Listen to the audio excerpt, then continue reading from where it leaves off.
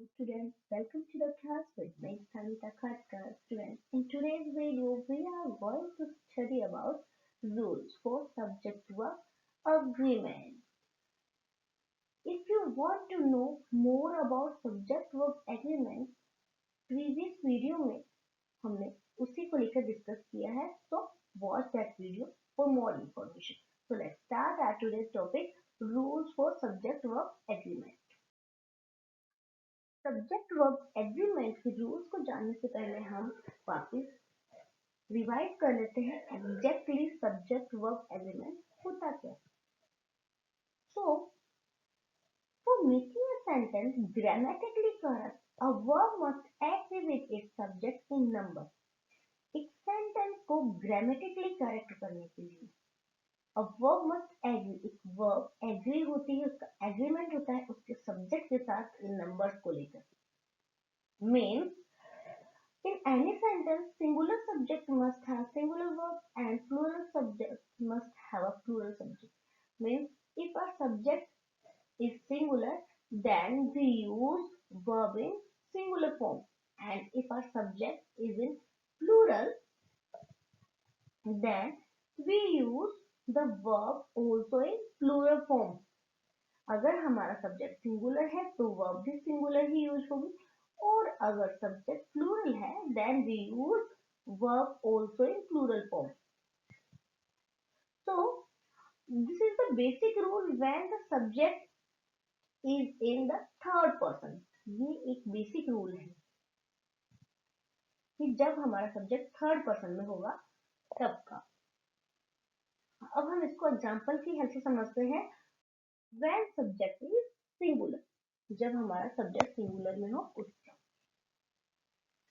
That monkey ate banana. What is the subject here? Subject is that monkey. यहाँ पर हमारा subject क्या है? सिंगुलर में है, and that's why जो verb है and verb is eat, वो भी सिंगुलर की तरह ही यूज होगी। The next, this car goes fast. Here this car is the subject and our verb goes is used as singular form because this car जो हमारा subject है वो भी सिंगुलर ही है। Now look at the example when subject is plural. जब हमारा subject plural में होता है, examples like those monkeys eat bananas. Those monkeys means हमारा जो सब्जेक्ट है वो प्लूरल में है, तो हमारी जो वर्ब है वो भी प्लूरल में ही यूज होगी, and our verb is eat. So a singular subject taken a singular verb and plural subject taken a plural verb. हमने ये तो जान लिया कि जब हमारा सब्जेक्ट सिंगुलर होता है तो वर्ब भी सिंगुलर होगी, एंड जब हमारा सब्जेक्ट प्लूरल होगा तो हमारी वर्ब भी प्लूरल होगी। बट हमें कुछ बेसिक रूल्स फॉलो करने होते हैं इसमें भी। तो let's see the rules. Rule number 1, two singular subject connected by the and require a plural verb. Two singular subject कि जब हमारे सब्जेक्ट टू हो और वो कनेक्टेड हो किससे? एंड से, तो वहां पर जो वर्ब फॉर्म यूज होती है वो प्लूरल यूज होती है। क्यों होती है? Because singular subject 1 and singular subject 2 mean singular and singular मिलकर क्या बन जाएगा? प्लूरल बन जाएगा। मीन्स हमारा सब्जेक्ट प्लूरल हो जाता है, that's why we use plural form of the verb. Let's see example of it. Ram and Mohan are good friends. Ram means subject number 1 and Mohan subject number 2 means two persons. Two person हो गए means हमारा जो verb है वो plural में change हो गया, and that's why are जो कि हमारी वर्ब है वो भी प्लूरल की तरह ही यूज होगी। Next, he and I were playing. Same thing is here, he and I means यहाँ पर भी क्या हुए? Two person, more than one person. Then जो वर्ब है वो भी यहाँ पर प्लूरल ही यूज होगी। ओके, आई होप कि आपको ये समझ में आई है कि जब हमारे टू सिंगुलर सिंगुलर सब्जेक्ट होते हैं, बट वो अगर एंड से कनेक्टेड होते हैं तो वहां पर हमारी जो वर्ब यूज होगी वो प्लूरल की तरह यूज होगी। नेक्स्ट, यहाँ पर हमने अभी देखा, बट यहाँ पे कुछ एक्सेप्शनल केसेस होते हैं।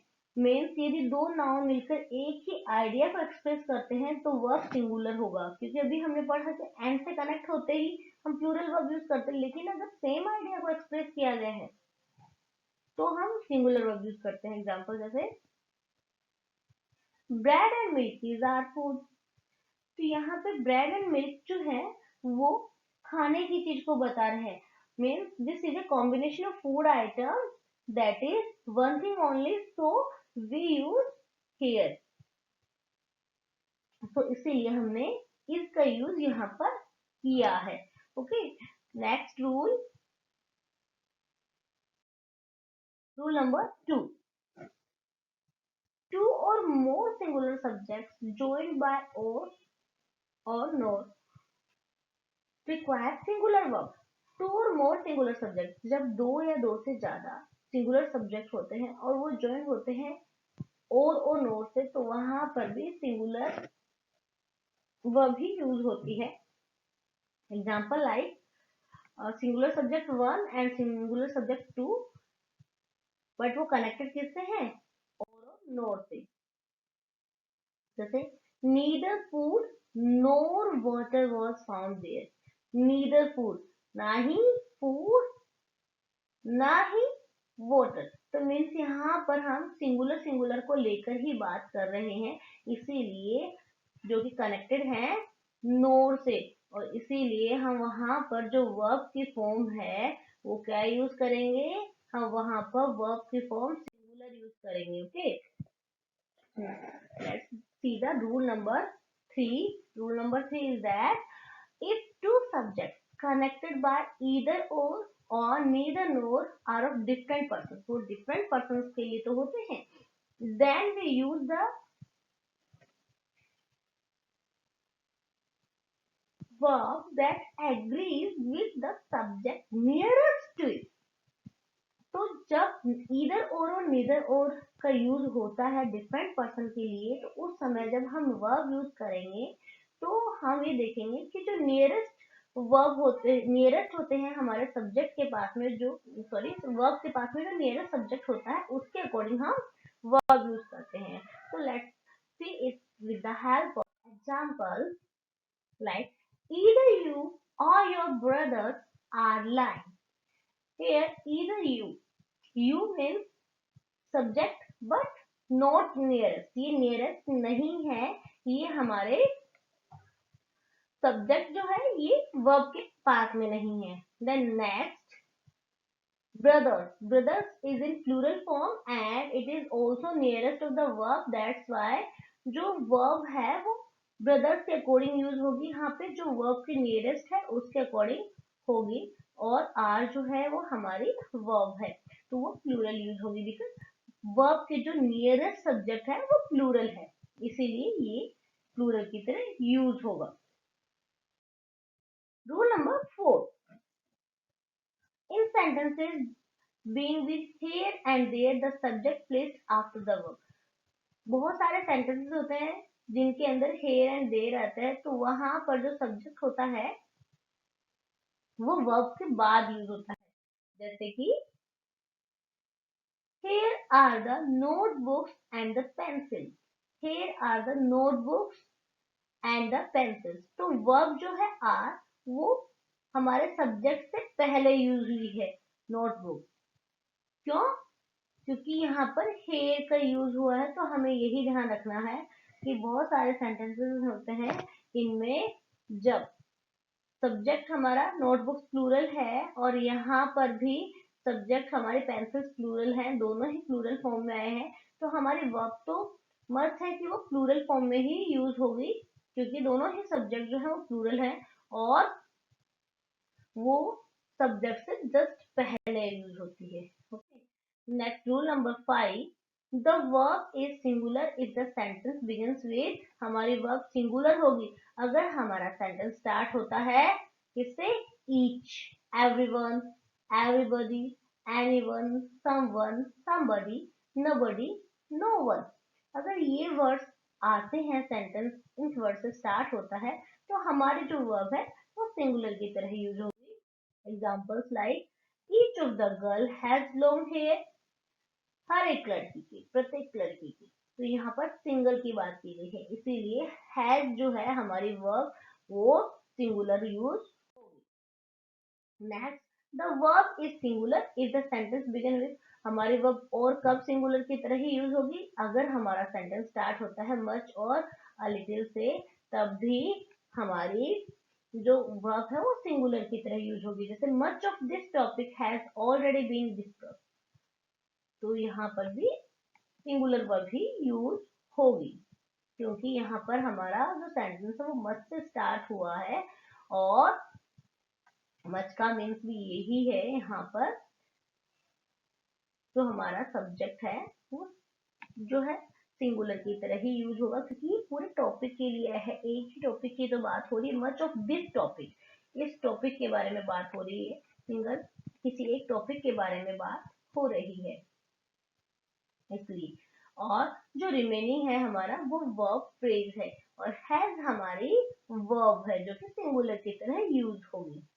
Next, the verb is plural if the sentence begin, अभी तक हमने रीड आउट किया था कि हमारी वर्ब सिंगुलर होगी जब हम नो वन, समवन, समबडी इस तरह के वर्ड्स का यूज करेंगे। अब हम देखेंगे कि कौन कौन से वर्ड्स हैं जब हमारी जो वर्ब है सेंटेंस जिनसे स्टार्ट होंगे, उसके बाद में हमारी जो वर्ब हो प्लूरल की तरह स्टार्ट होगी, तो वो है many, a few, several, both. Example जैसे a few of my friends are joining me at the camp, तो यहाँ पर भी क्या है हमारा subject a few of my friends, तो यहाँ पर क्या है ये प्लूरल फॉर्म में आ जाता है, तो हमारी जो वर्ब है वो भी क्या होगी, प्लूरल की तरह ही यूज होगी। और जो रिमेनिंग है ऐसे सेंटेंसेस में बाद में वर्ब के बाद में मोस्टली वर्ब फ्रेज यूज होता है। Next, every sentence has a subject and a verb which must be in agreement, means हम रिवाइज करते हैं कि हमने रीड आउट किया था कि every sentence has a, हमारे हर एक सेंटेंस के अंदर एक सब्जेक्ट होता है और एक वर्ब होती है, जो कि उनके बीच में अग्रीमेंट होता है कि हमारा सेंटेंस अगर सिंगुलर में है, सॉरी सब्जेक्ट अगर सिंगुलर है, then our verb must be in singular, and if our subject is in plural, then our verb also in plural form।